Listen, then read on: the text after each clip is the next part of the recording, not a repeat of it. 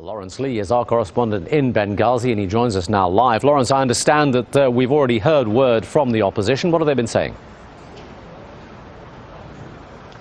Yes, and indeed part of this, as I was saying earlier on today, there's clearly a question over what people think the motivation of the African Union visit is, whether it is a genuine attempt at conflict resolution or, as they clearly believe here, whether it's an attempt by people who have close economic and political ties to Gaddafi to try to shore him up, offer him some legitimacy and make him look statesmanlike in the middle of a conflict where he has really no other friends particularly.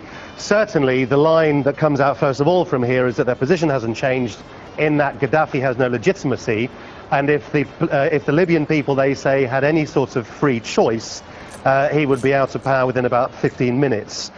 But if you are to take the most optimistic assessment you possibly can, let me tell you what it seems the chinks of light in this are at the moment.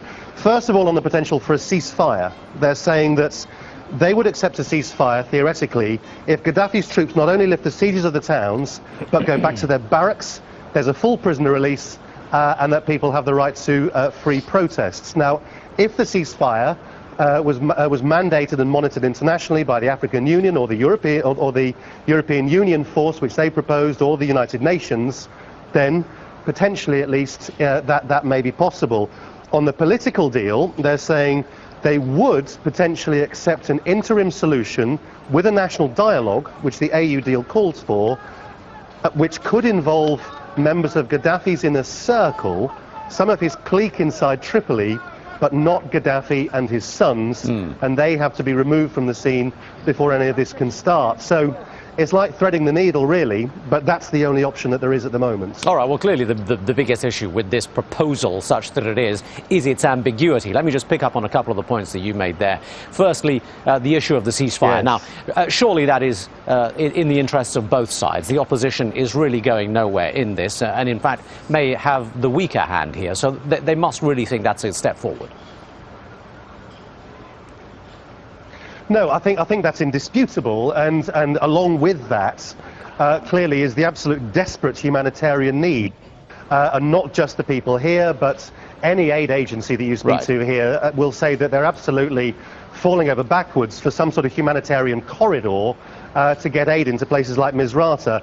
That's not the problem. It's the mechanism by which the political deal happens which is the issue. And in the end, it all comes down to the decision by Gaddafi as whether he's prepared to stay or not. Exactly, and that was the second point I was going to make. Now, you've said that they don't trust the African Union, and the African Union has all along been apparently at least willing to give Gaddafi a degree of face, a degree of statesman-like position, as you put it earlier on. But the question still remains, is allowing Gaddafi to maintain some level of dignity necessarily the same thing as allowing him to stay in place, or is there a suggestion the African Union would be willing to see him go under the correct circumstances?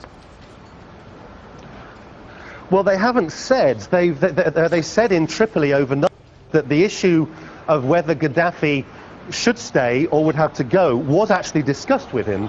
But when they were asked, well, what happened, which is the biggest question of the whole lot, they said, we can't tell you because it's confidential. And so, you know, in this huge complexity that you have, that answer is perhaps the most opaque of all. But when they come here, it is absolutely going to be the key demand from Benghazi. And by the way, when they come to this hotel where I'm talking to you from, there's going to be a demonstration, we're told, outside, because the people don't want the African Union to come either. That is going to be the issue they're going to have to address more, is about Gaddafi as a man and his sons as well. All right, Lawrence Lee, live in Benghazi. Thanks, Lawrence.